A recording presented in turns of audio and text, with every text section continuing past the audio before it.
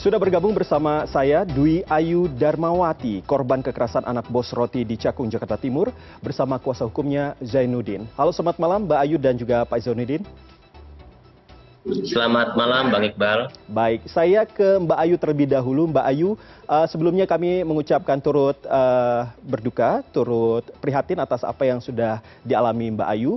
Tapi tentunya kami ingin mengetahui terlebih dahulu, sejak kapan Mbak Ayu bekerja di toko roti tersebut dan kapan kekerasan ini sudah dialami pertama kali oleh Mbak Ayu? Saya bekerja sudah 5 bulan di toko tersebut. Terus ini saya mengalami sudah sejak bulan September. Kekerasannya seperti apa? Apakah kekerasan fisik, verbal, dan lain sebagainya? Saya juga dilempar pakai eskalasi, dilempar pakai meja tapi nggak kena. Itu juga dia ngomong kalau saya rapi, bagus. Dia juga ngomong dari kemarin itu pakai dokumen ke penjara gue udah kantor. Oke, nah alasan dari pelaku ini sampai melakukan kekerasan terhadap Mbak Ayu ini apa saja? Apakah hanya hal sepele ataukah ada hal-hal yang tentunya mungkin dianggap oleh pelaku ini tidak baik begitu? Bagaimana Mbak Ayu? Saya tuh di situ kejadian bulan ini gara-gara ini saya disuruh ngantar makanan tapi saya nolak. Tapi memang sebelumnya sering melakukan hal tersebut pelaku terhadap Mbak Ayu? Kalau untuk mukul baru 2 kali, tapi secara mulut sudah sering. Oh, sudah sering ya. Nah, ini berbicara soal apa yang Mbak Ayu alami begitu ya. Setelah kejadian, Mbak Ayu melaporkan ke pihak kepolisian. Nah, ini bagaimana ceritanya? Kalau saya tidak salah, sempat ditolak begitu oleh 2 polsek.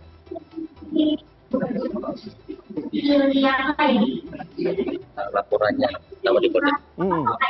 Saya habis kejadian itu saya langsung laporan ke Polsek Rawamangun, tapi emang di Rawamangun bukan tugasnya, jadi saya diusul ke Cakung. Di Cakung juga ditolak karena di situ nggak ada polisi wanitanya juga, jadi saya diusul ke Polres Jakarta Timur. Oke. Tapi Pak Zainuddin sebagai pengacara dari Mbak Ayu ini sendiri, sebenarnya apakah ada respon dari pihak kepolisian yang sempat menolak laporan dari Mbak Ayu ini? Sebenarnya terkait laporan Ayu ini tidak ada penolakan dari pihak kepolisian ya. Awalnya memang melaporkan ini di Polsek Pulau Gadung kabarnya. Cuma tempat kejadian perkara ini kan bukan di wilayah hukum Polsek Pulau Gadung. Terus diarahkan ke Polsek Cakung ya. Karena keterbatasan SDM di Polsek Cakung menyarankan ke Polres gitu loh. Karena Polsek Cakung sendiri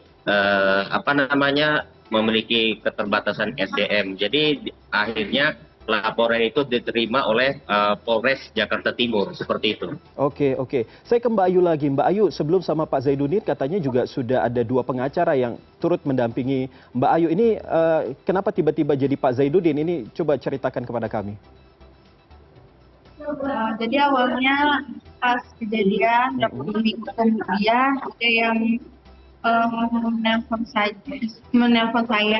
Dia ngakunya dari awal-awalnya nih, dia ngakunya dari LBH, utusan dari Polda. Terus pas BAP saya ketemu sama pengacara itu dan dia baru mengakui kalau dia disuruh oleh bos saya.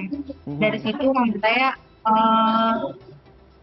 kayak mungkin punya firasat atau gimana, dia akhirnya mengganti pengacara yang lain. Dari situ pengacara yang kedua ini itu dia awalnya lancar aja komunikasinya.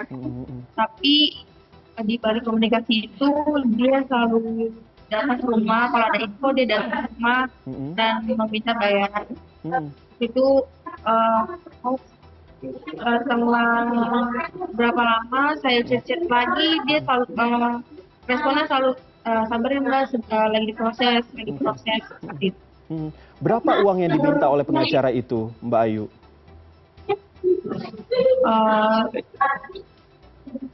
Totalnya 12 juta, diminta sama saya sampai jual motor, tapi 12 juta ini total dari semuanya. Jadi dia mintanya bertahap gitu. Sampai saya udah nggak ada duit, dia masih minta, akhirnya mau nggak mau biar itu jalan terus, jadi saya jual motor satu. Dan sekarang masih bisa dihubungi atau hilang kontaknya? Yang nggak bisa, hilang. Sudah tidak bisa ya? Nah, Mbak Ayu, ada informasi kalau tersangka ini mengalami gangguan kejiwaan. Kalau Anda melihat selama Anda 5 bulan bekerja di toko roti tersebut, bagaimana Anda melihatnya? Apakah memang terlihat ada ciri-ciri seperti gangguan kejiwaan atau justru normal-normal saja? Saya sih ngeliatnya normal aja ya, soalnya dia juga sering meeting sama orang, terus dia juga kan kepala toko di Kelapa Gading. Nah, ada informasi juga bahwa terkait dengan gangguan kejiwaan ini, pelaku juga kerap melakukan kekerasan terhadap anggota keluarganya. Tapi kalau Anda melihat ada hal-hal tersebut? Nggak ada ya? Nah, kalau perlakuan orang tua tersangka terhadap Ayu dan rekan-rekan Ayu bagaimana? Perlakuan orang tuanya dari tersangka ini terhadap Ayu dan juga rekan-rekan Ayu di toko seperti apa? Perlakuan orang tua si tersangka itu ya ke karyawan baik-baik aja sih. Tidak ada kekerasan yang dilakukan ataupun mungkin ada kata-kata yang tidak baik gitu disampaikan kepada Ayu dan juga rekan-rekan, atau biasa saja? Video viral ini dia sempat ngancem kalau nggak hapus videonya bakal dilaporin ke polisi, itu aja sih. Oh ya, sempat mau dilaporkan. Lalu respon dari Ayu bagaimana? Di situ saya itu pesannya dihapus. Terus nggak bisa dilaporkan begitu ke pihak kepolisian? Bagaimana? Apakah langsung dilaporkan ke pihak kepolisian juga terkait dengan ancaman-ancaman tersebut?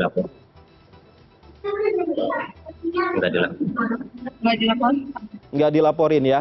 Nah, kalau dari cerita yang Ayu dapatkan, apakah rekan-rekan Ayu juga pernah merasakan hal yang sama yang Ayu alami? Kalau teman-teman yang lain cuma dari mulut aja. Oh, dari secara verbal aja ya. Nah, kami juga dapat informasi nih, Ayu, kalau apa betul ini, kalau gaji yang Ayu harusnya dapatkan di bulan Oktober itu belum dibayarkan? Itu betul? Iya, benar. Itu alasannya apa itu? Nggak tahu, nggak ada alasan apa-apa. Dia sempat bilang sih katanya belum dihitung gitu. Tapi sebelum ini lancar-lancar saja kah? Untuk pembayaran gaji? Lancar ya. Nah, saya ke Pak Zainuddin. Pak Zainuddin, ini kan ada informasi soal pelaku yang akhirnya mengatakan khilaf. Sementara informasi yang beredar bahwa pelaku ini mengalami gangguan kejiwaan. Respon Anda bagaimana melihat apa yang klien Anda rasakan itu? Kalau saya sih belum yakin akan statement ini ya, karena menurut nalar saya agak membingungkan ya. Orang misalnya mengalami gangguan mental atau apapun bisa memimpin rapat, bahkan dia di detik-detik terakhir pun dia sempat ke Sukabumi seperti itu gitu. Jadi agak unik gitu loh. Ya silahkan aja dibuktikan.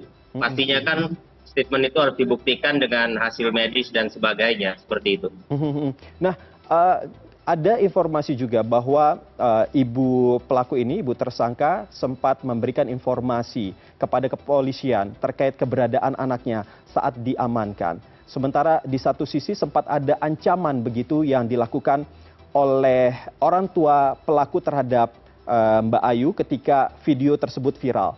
Nah, apakah Anda ada keinginan untuk melaporkan orang lain ataupun pihak lain terkait dengan kasus ini? Itu pasti akan kita dalami ya, terkait ancaman dan sebagainya itu.